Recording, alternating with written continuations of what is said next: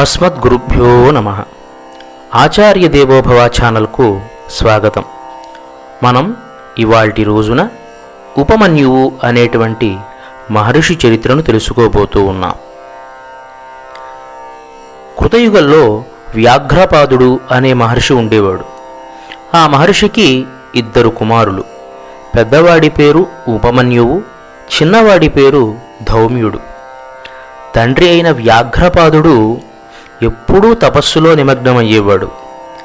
వ్యాఘ్రపాదుని భార్య ఉత్తమ ఇల్లాలు, భర్త అడుగుజాడల్లో నడిచే మహాపతివ్రత. కుటుంబంలోని తన పిల్లల బాగోగులు చూసుకుంటూ పతిసేవలో నిమగ్నమైన మహాతపశ్శాలి. తన 2 పిల్లల్ని చక్కగా చూసుకునేది. 2 పిల్లలు ఒక సమయంలో అనుకోకుండా బంధువుల ఇంట్లో పాయస అన్నాన్ని తిన్నారు.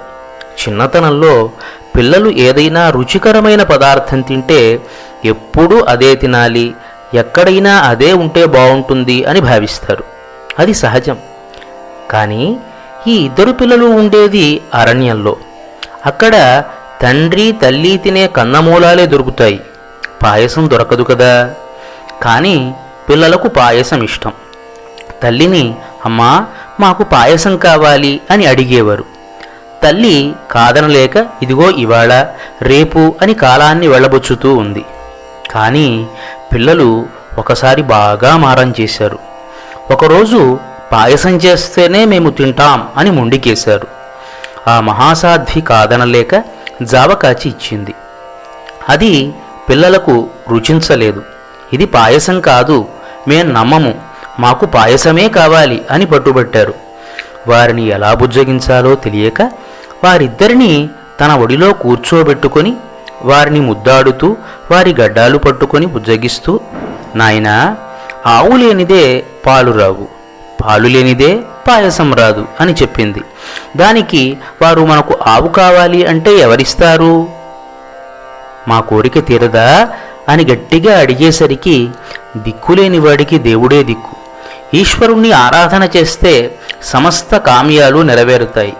ఆయన తప్ప మన కోరికలు నెరవేర్చేవారు వేరే లేరు అని చెప్పేసరికి ఉపమన్యువు లేచి ఆయన ఎక్కడ ఉంటాడో, ఎలా ఉంటాడో, ఎలా అడగాలో చెప్పు, నేను ఆయన దగ్గరకు వెళ్ళి అడుగుతా అని తనకేదో ఈశ్వరుణ్ణి అడిగే చనువు, అధికారం ఉన్నట్టు అమాయకంగా ప్రశ్నించేసరికి అమిత వైరాగ్యవతి తపశ్శాలి అయిన తల్లికి ఇతడు భవిష్యత్తులో ఈశ్వరుణ్ణి మెప్పించే తపస్సంపన్నుడు అవుతాడు అని భావించి ఈశ్వరుని వైభవాన్ని ఆ పిల్లవాడికి తెలియజేసింది. నాయనా ఉపమన్యు, ఆయన వైభవాన్ని ఏమని చెప్పను? ఆయనను తెలుసుకోవడం ఎవరితరమో కాదు. ఆయన పుణ్యాత్ములకే గోచరిస్తాడు. ఆయనకి ఎన్నో రూపాలు ఉన్నాయి అని పెద్దలు చెప్తారు. ఆయన ఎక్కడ ఉంటాడో చెప్పలేను, అన్ని చోట్ల ఉంటాడు. ఇంత గొప్పవాడైనా అతను చాలా పెద్దదైనటువంటి దయాగుణం కలిగినటువంటి వాడు. ఆయన గొప్పతనం ఇది అని నిర్ణయించి చెప్పలేము. దయతో ఎంతోమందికి దర్శనమిస్తాడు. అహంకారులకు వారు ఎంత గొప్పవారైనా దర్శనమియ్యడు. అతన్ని దర్శించిన మహనీయులు అతని గురించి ఎన్నో విషయాలు కథలుగా చెప్పుకుంటారు. ఆయన అన్ని రూపాలను ధరించగలడు. ఒకప్పుడు బాలుడిగా, మరొకప్పుడు యువకుడిగా, మరొకమారు వృద్ధుడిగా, ఇలా రకరకాల రూపాలు భావాలతో ఉంటాడు. ఎన్నని చెప్పను, నువ్వు అతన్ని ఆశ్రయిస్తే నీ కోరికలన్నీ నెరవేరుతాయి అని ఉపమన్యువు మనస్సులో భక్తి అనేటువంటి బీజాన్ని నాటింది. భక్తి అనేది సహజంగా ఒక కోరికతోనే ఆరంభమవుతుంది. క్రమేపీ భక్తిలో మురిగినటువంటి భక్తుడికి కోరికలు నశిస్తాయి. కేవలం పరమాత్మపైనే ధ్యానం ఏర్పడుతుంది. తల్లి మాటలు విని ఉపమన్యువు తపస్సు చేయడానికి వెళ్ళాడు. 100 ఏళ్ళు పళ్ళు మాత్రమే తిని, మరో 100 ఏళ్ళు రాలిపడిన ఆకులు మాత్రమే తిని, మరో 100 ఏళ్ళు నీళ్లు మాత్రమే తాగి, మరో 100 ఏళ్ళు గాలి మాత్రమే పీల్చి, ఇలా రకరకాల విధాలుగా 1000 సంవత్సరాలు తపస్సు చేశాడు. పరమశివునికి ఉపమన్యువు మీద దయ కలిగి అతనిని పరీక్షించాలి అని ఇంద్రుని రూపంలో వచ్చి, మునీంద్ర, నీ తపస్సు చాలా గొప్పది, నేను సంతోషిస్తూ ఉన్నాను, ఏదైనా వరం కోరుకో అని అన్నాడు. దానికి ఉపమన్యువు, నా తపస్సు ఈశ్వరుని గురించి, నాకు ఏదైనా ఆయన అనుగ్రహం వల్ల కావాలి అని సమాధానమిచ్చాడు. ఏమయ్యా ముని, నీవు ఎవరి గురించి తపస్సు చేస్తున్నావో ఆ పరమశివుడు నీకు ప్రసన్నుడు కావాలి అంటే ఇంకా ఎన్నో జన్మలెత్తాలి. నీకు నేను కావలసిందిస్తాను అన్నానుగా, తీసుకో, లేకపోతే ఇది ఉండదు అని అన్నాడు. దానికి ఉపమన్యువు, పర్వాలేదు, ఆయన యందు భక్తి ఎక్కువ అవడానికి ఎన్ని జన్మలైనా పర్వాలేదు అని సమాధానమిచ్చి శివుని గుణాలను స్తుతించి, ఓ ఇంద్రా, నీవు వెళ్ళిపో అని అనేసరికి ఈశ్వరుడు తన రూపాన్ని అతనికి చూపి అనుగ్రహించాడు. ఉపమన్యువు ఆనందంతో సాష్టాంగం చేసి ఆనంద బాష్పాలు రాలుతూ ఉండగా ఆ పరమశివుని స్తుతించాడు. శివుడు సంతోషించి వరము కోరుకోమనగానే, నీ యందు నిరత భక్తి కావాలి, తరువాత భూత భవిష్యద్వర్తమాన జ్ఞానాన్ని నాకు ప్రసాదించు, నాకు నా కుటుంబానికి అక్షయంగా క్షీరోదన ప్రాప్తి కలిగించి నా ఆశ్రమంలో ఉండిపో అని ప్రార్థించాడు. దానికి పరమశివుడు అంగీకారాన్ని తెలిపి అంతర్ధానమయ్యాడు. ఇంతటి గొప్పవాడు కాబట్టే తరువాతి కాలంలో కృష్ణ పరమాత్మ తన అష్టమహిషులలో ఒకతైన జాంబవతికి సంతానం కోసం ఈ ఉపమన్యు మహర్షి దగ్గరికి విచ్చేసి ఆయన వద్ద శిష్యరికాన్ని చేసి శివుని గురించి తపస్సు చేసి సంతానాన్ని పొందాడు అని మనకు పురాణం తెలియజేస్తుంది. ఇక్కడ మనం ఒక విషయాన్ని తెలుసుకోవాలి.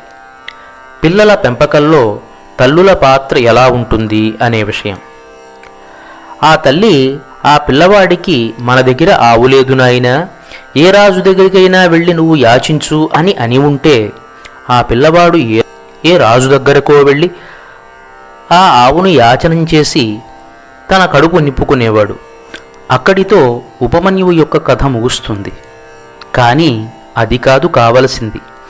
పిల్లలు ఎదగాలి, మహనీయులుగా బ్రతకాలి అని గనక తల్లి మనస్సులో సంకల్పం ఉన్నట్లయితే ఆ పిల్లవాడికి ఏ విధంగా చెబితే అర్థమవుతుందో ఆ విధంగా చెప్పి ఆ పిల్లల యొక్క భవిష్యత్తుని వారు చక్కగా ఒక శిల్పంలా మలుస్తారు.